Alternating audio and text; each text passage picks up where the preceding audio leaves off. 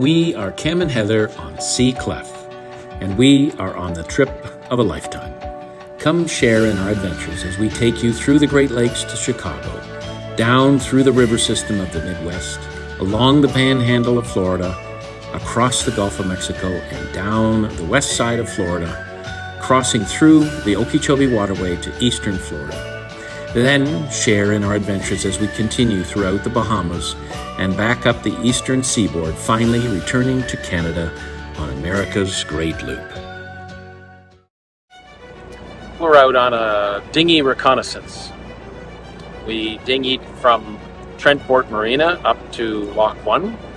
We bought our transit lock pass and got some really good information about the way the locks tie up and approaching. One of the neat things was that if you come up on the blue line and it's on your port side, then you can assume that you're going to tie up in the lock on the port side.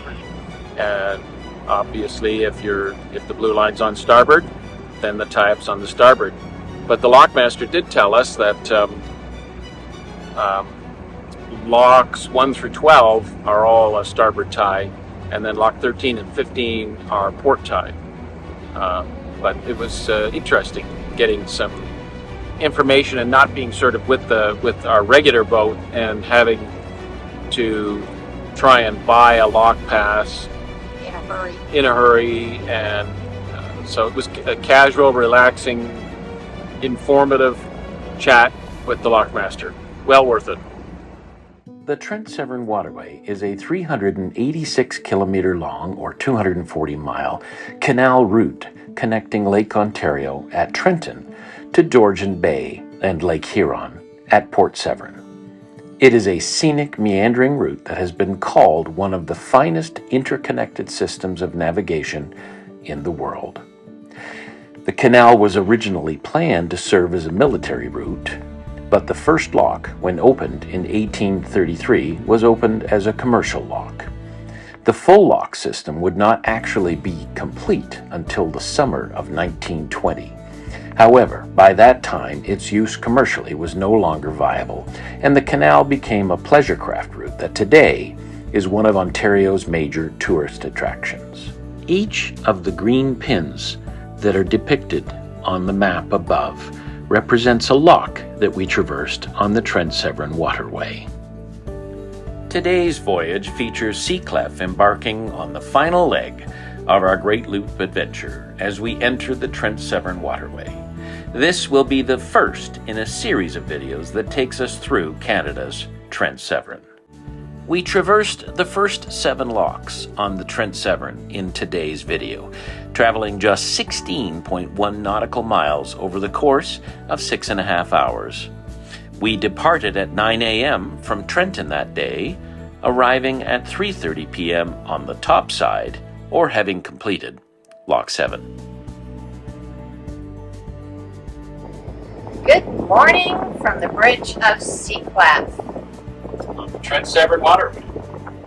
Yep, today we are starting the final leg of our Great Loop journey. At the end of the Trent Severn, it's just a short hop, skip, and a jump to crossing our wake. So we are just approaching the entrance to Lock 1. And we're kind of holding back because we just saw somebody ahead of us go the wrong side of this marker and have to turn around and come back. Well, yeah, the reason we're holding back is so that they can get through the lock before we get there, because we're with Misty Maiden, our friends on Misty Maiden, and there's probably only room for 2 of us in this lock because Misty Maiden is quite large. And we had a pretty good look at the lock yesterday when we came up to get our passes. This is the entrance to Lock 1. It is a National Historic Site in Canada, and so there's lots of things that they've kept in their original form, and we're going to see a little bit of that at this next walk.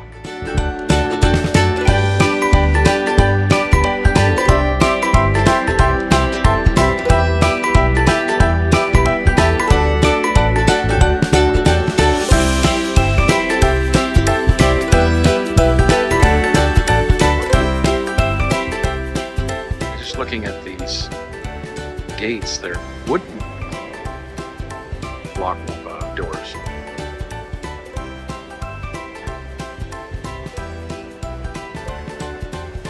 Not a squeak. We're in the first lock. We have Misty Maiden ahead of us and nobody behind us because the two of us take up the entire lock. Maybe some sea-doos could come in. But we let a couple of boats go ahead of us so that we could share the lock, and then we'll just walk through today for the first 6 or 7 locks and see how things go. We're on our way up.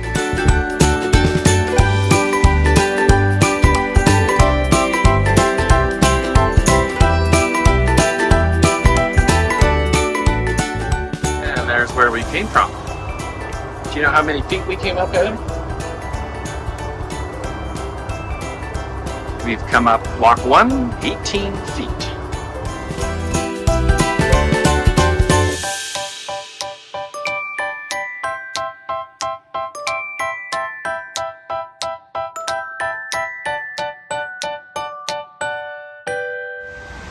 We are in lock 2. Lots of sludge and yuck.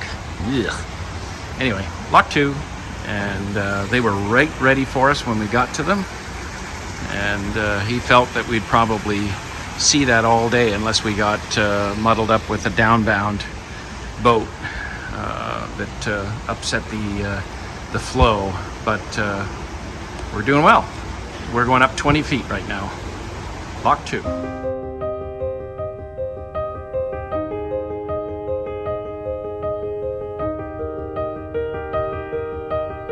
Here we are at the top of lock 2.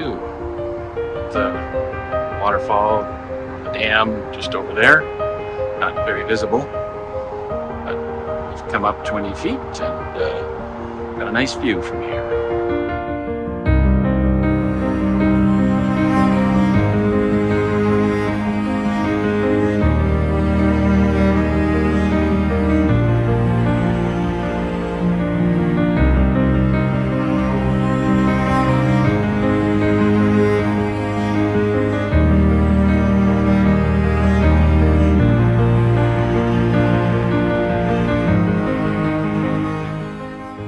Lock 3, and we have 27 feet to go to get up to where we want to be. Lock 3 in the Trent Severn Waterway.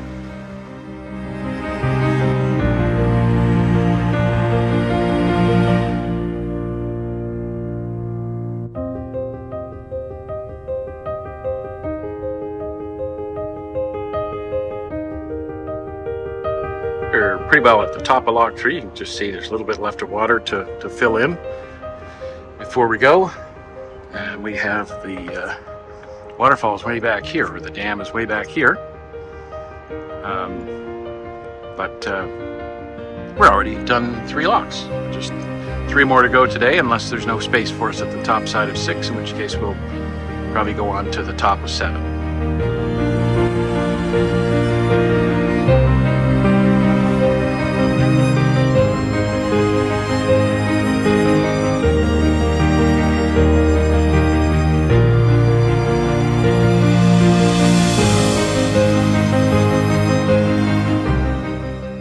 Lock 4, and due to human power, the gates are closing.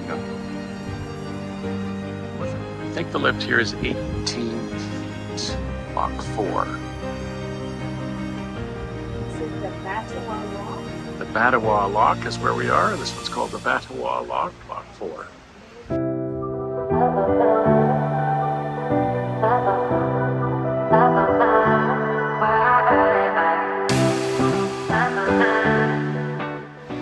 We're at the top of lock 4.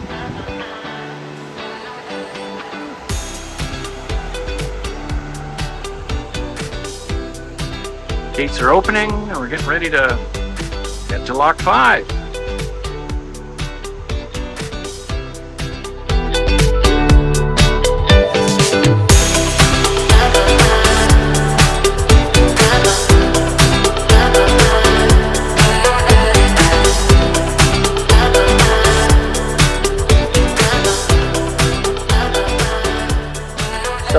now we're in Lock 5, and it's about a 20-foot lift, 18-foot lift in Lock 5, and we're only going to do 6, possibly that 7th lock today. So we're getting close to being done, but it's really hot out, and it's a bit tiring doing this, getting pushed around by the water and stuff. So we're ready for a break pretty soon.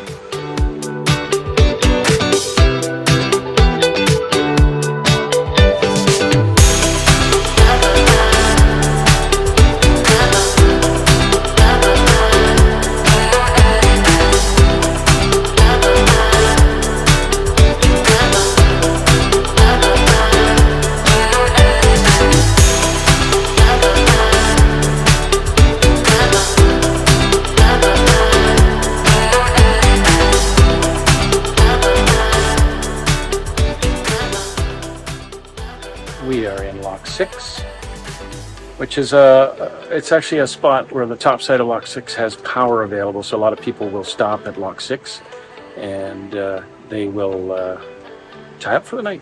It's about 1:30 in the afternoon. We started about 9:30, so it has been a long day. It's been a little bit tiresome, but it is, I think we'll stick to the plan and try and get to 7. One more lock.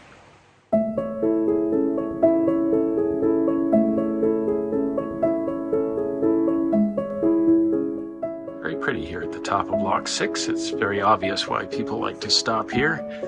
There's a beautiful park-like setting for you to rest for the rest of the day. And of course, I think I already mentioned that there's power here. We won't be able to get power where we are at Lock 7, but some of these folks will have power.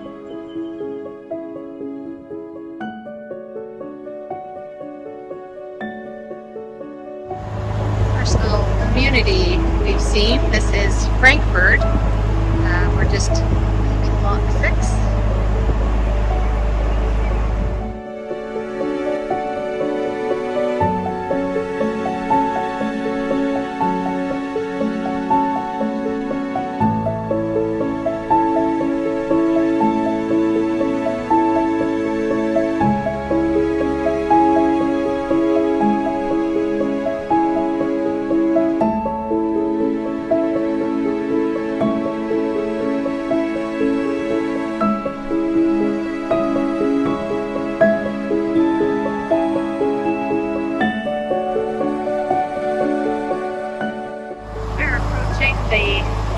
Lock 7.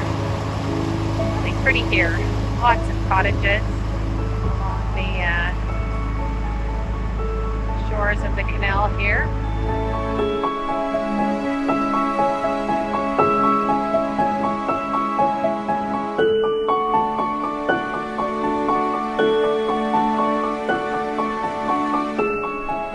Here we are coming up on lock number 7.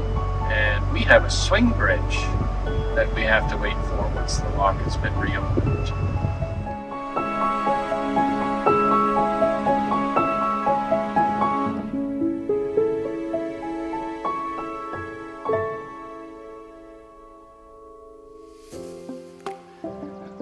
You can dock or tie up at the bottom side of Lock 7.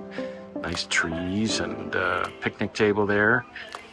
Some picnic tables up here. We're gonna lock through so that we get to go to Lock 8 tomorrow morning. The lock's open at 9 in the morning, and we want to get rolling. And so we can leave at 7:30 in the morning and be at Lock 8 for 9 a.m., which is when they open, instead of waiting for 9 a.m. for this one to open, which puts us nicely ahead of those at Lock 6. Everybody we've talked to has told us when we're going to Lock 7 that you have to get ice cream.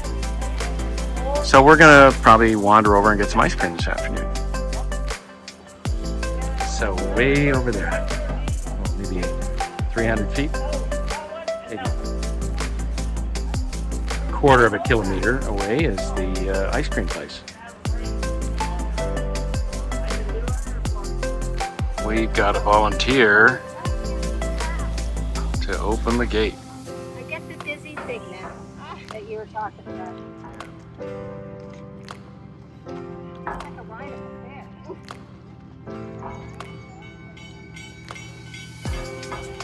There's the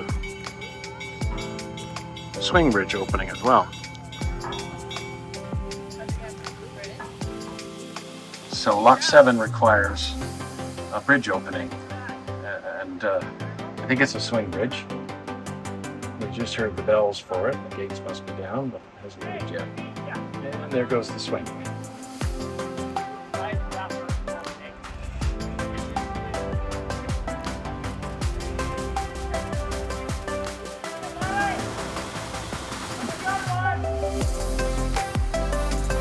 Here we go.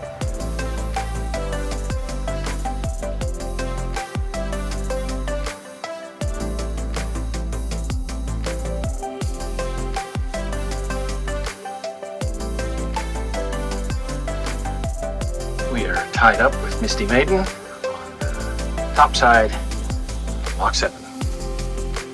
And there's a bit of traffic here, but I suspect they're all going for ice cream. I think we're going to put our swimsuits on and cool off in the water, and then we are going for ice cream as well.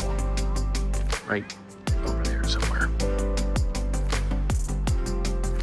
It's a big line. We didn't want to be on the blue line. So we have these great big bollards we have to tie off to.